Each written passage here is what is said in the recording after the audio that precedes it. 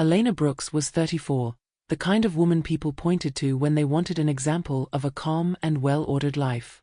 She worked a steady job at a coastal firm, returned each afternoon to a small house overlooking the water, and shared that home with her gentle, devoted husband Adam. Every corner of their space reflected the rhythm of a quiet, intentional life: folded blankets, fresh-cut flowers, the faint scent of roasted coffee lingering from Adam's early mornings. Most days began with sunlight spilling through sheer curtains and the warm smell of toasted bread drifting from the kitchen. Adam always left a handwritten note beside her plate, something soft like "Have a beautiful day" or "I'm proud of you." It should have been the recipe for happiness, the kind of simplicity people longed for. Yet inside Elena, a subtle heaviness lived beneath her practiced smile. Sometimes her eyes felt hollow, as if looking at a life that belonged to someone else. And even in that peaceful home by the sea, she wondered why stability didn't feel anything like joy. Elena's days moved with a gentle rhythm that never changed, and Adam made sure every morning began with warmth. He woke early to prepare breakfast, and he moved softly as if protecting the quiet they shared. When Elena came downstairs, her meal was ready, and beside it lay a handwritten note. Each message carried affection, and each one made her colleagues later say she was lucky beyond measure. At lunch, she opened the box Adam packed for her, and she found another little note inside. The words were simple but sincere, and they reminded her of how deeply he cared. Evenings were their shared ritual, and the kitchen always filled with the sound of soft laughter. They cooked together like a well-practiced duet, and the moment felt safe even when Elena's smile felt borrowed. After dinner, they curled up on the couch, and Adam would gently place his hand over hers. She squeezed his fingers out of habit, and he believed it was love. To those around them, Adam was the dream partner, and his kindness seemed endless. He noticed everything about her, and he always tried to give more than he received. Yet the more he cared, the heavier it felt, and Elena couldn't explain why her chest tightened at his tenderness. She knew she had no reason to complain, and that truth made the guilt quietly sharpen inside her. Every perfect moment reminded her she was acting, and she couldn't remember when the performance began. The life looked beautiful from the outside, and yet her heart beat with a rhythm slightly out of place. 5 years earlier, Elena's life collapsed in a single season, and the business she poured her savings into crumbled without warning. She lost her home soon after, and the weight of debt pressed so hard she could barely breathe. One cold, rain-soaked evening, she wandered into a small cafe near the pier, and Adam happened to be the one behind the counter. He greeted her with a warmth that felt unreal to someone who had lost almost everything. He didn't ask why her clothes were soaked or why her hands trembled, and he didn't look at her with pity. He simply offered a cup of hot tea, and he let her sit without feeling like she owed him an explanation. When she finally spoke, Adam listened quietly, and he didn't interrupt even when her voice cracked. His silence felt gentle rather than distant, and she clung to that gentle space like a lifeline. In the days that followed, Adam contacted a friend who knew a landlord, and he helped Elena secure a small room she could afford. She tried to refuse at first, but he smiled and promised she would pay it forward someday. He found her a temporary job at a local office, and he checked on her every few days without crossing boundaries. She grew stronger little by little, and each improvement made her more grateful than the last. That gratitude warmed her so intensely that she mistook it for love, and in her loneliness the difference seemed small. When Adam confessed his feelings, she said yes because she believed affection could grow into something deeper. They married quickly after her life stabilized, and she carried the quiet hope that real love would bloom eventually. But as the years passed, the guilt inside her grew instead, and she hid it behind practiced smiles. In the present, Adam's gentle voice broke the evening calm, and he said he wanted them to start trying for a child. The words hit her harder than she could have imagined, and she felt something inside her tighten painfully. Becoming a mother meant staying in a life built on a misunderstanding, and she knew a child deserved more than a hollow foundation. She tried to smile as Adam continued talking about names and nurseries, and the effort made her feel faint. Her chest ached with honesty she couldn't speak, and her hands shook as she chopped vegetables by the stove. She wished she could love him the way he loved her, and the truth felt sharper than any blade in the kitchen. Adam reached for her shoulder with tenderness, and the kindness in his touch broke the fragile dam she held inside. Elena suddenly burst into tears right there in the kitchen, and Adam froze in shock as he watched her crumble without explanation. Adam stood in the kitchen doorway with steady eyes, and he gently asked Elena to tell him what was wrong. His voice was calm but carried an urgency she had never heard from him before. Elena wiped her face with trembling hands, and she tried to speak but the words felt stuck in her throat. Silence stretched between them like a tight rope neither dared to cross. Adam stepped closer and repeated his question, and this time his tone was firmer as if he sensed the truth hiding behind her tears. Elena felt cornered not by him but by the reality she had avoided for years.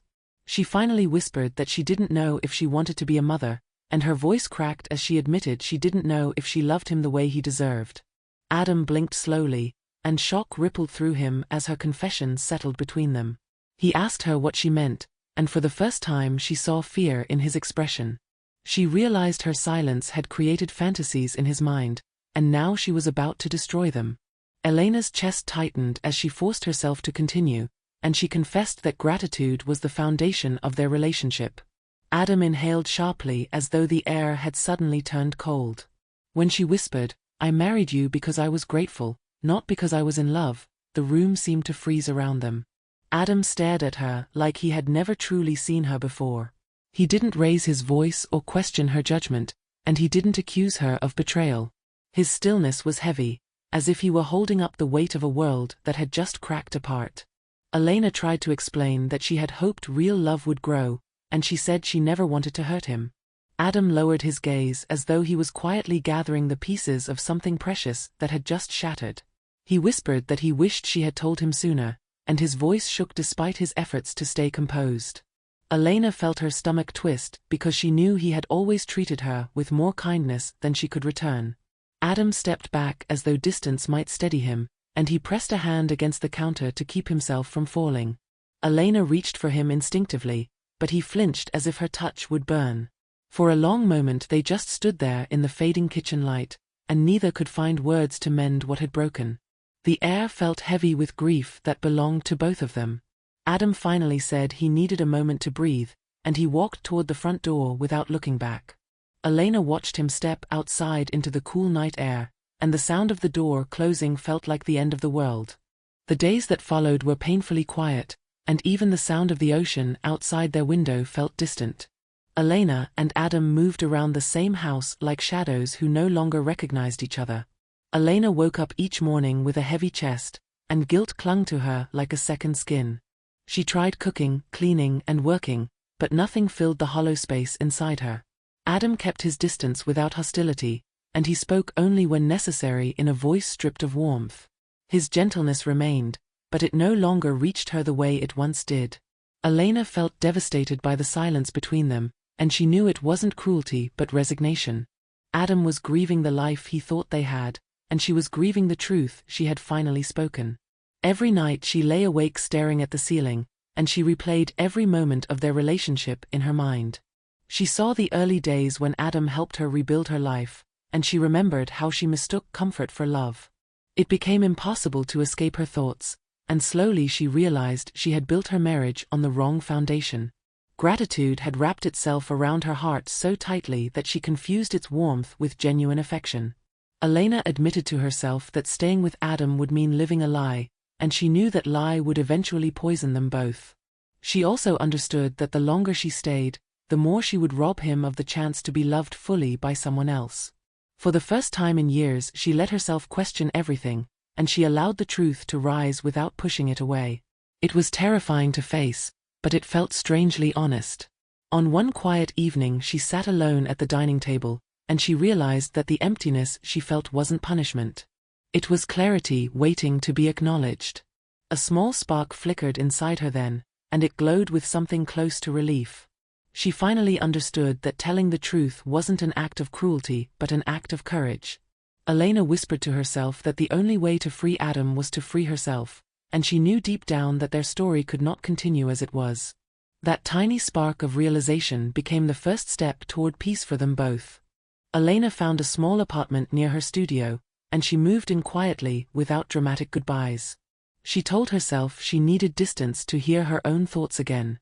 The new place was simple with white walls and bare shelves, and its emptiness strangely comforted her. For the first time in years, she felt space around her that wasn't filled with expectations. Each morning she went for a slow jog along the coast, and the sound of the waves steadied her breathing. She learned to listen to her body instead of the noise in her mind. Elena began journaling before work, and she wrote about fears she had hidden even from herself. Putting them into words made them feel less like monsters and more like wounds that could heal. At the studio she threw herself into projects she once postponed, and she rediscovered a confidence that had been dormant. Her colleagues noticed the change, and they admired the quiet strength returning to her voice. She set small goals for herself, like cooking one new recipe each week, and celebrating these tiny victories helped her rebuild her sense of identity. Slowly she remembered who she was before gratitude blurred the line between survival and love. Across town Adam was healing in his own way, and he leaned on friends who had waited silently for him to open up. He signed up for an advanced cooking class, hoping to find joy without needing to serve someone to feel valued. Adam spent evenings reading in quiet cafes, and he allowed himself to sit with his heartbreak rather than outrun it. His gentleness didn't disappear, but it shifted inward instead of being poured entirely into Elena. One late afternoon they met unexpectedly near the old bookstore, and the air between them held no bitterness. They walked to a bench by the sea and talked with a softness that surprised them both. There were no accusations this time, and there were no desperate attempts to fix what was already broken. Just two people acknowledging the truth they had finally learned to speak aloud. Elena apologized for building their marriage on gratitude, and Adam admitted he had ignored signs because loving her had felt like a purpose. They both understood that neither of them had meant to hurt the other. When the conversation ended they both knew what came next, and the decision felt gentle rather than tragic. They agreed to divorce in mutual respect, accepting that letting go was the kindest gift they could give each other. Elena walked away from the meeting feeling lighter than she had in years, and her steps felt steady instead of uncertain. For the first time she wasn't carrying a life that didn't belong to her. Elena's emotional journey could be traced like a quiet storm, and it began with a simple feeling she once mistook for love. Gratitude felt warm and safe, but it slowly turned into a gentle chain she didn't know she was wearing. She moved from gratitude to confusion as the years passed, and she often caught herself wondering why her heart felt a step behind her smile. That confusion deepened into fear when Adam spoke about having a child, because it forced her to confront the truth she kept locked away. For a long time Elena blamed herself for not loving him the way he deserved, and the guilt sank into every corner of her life like fog.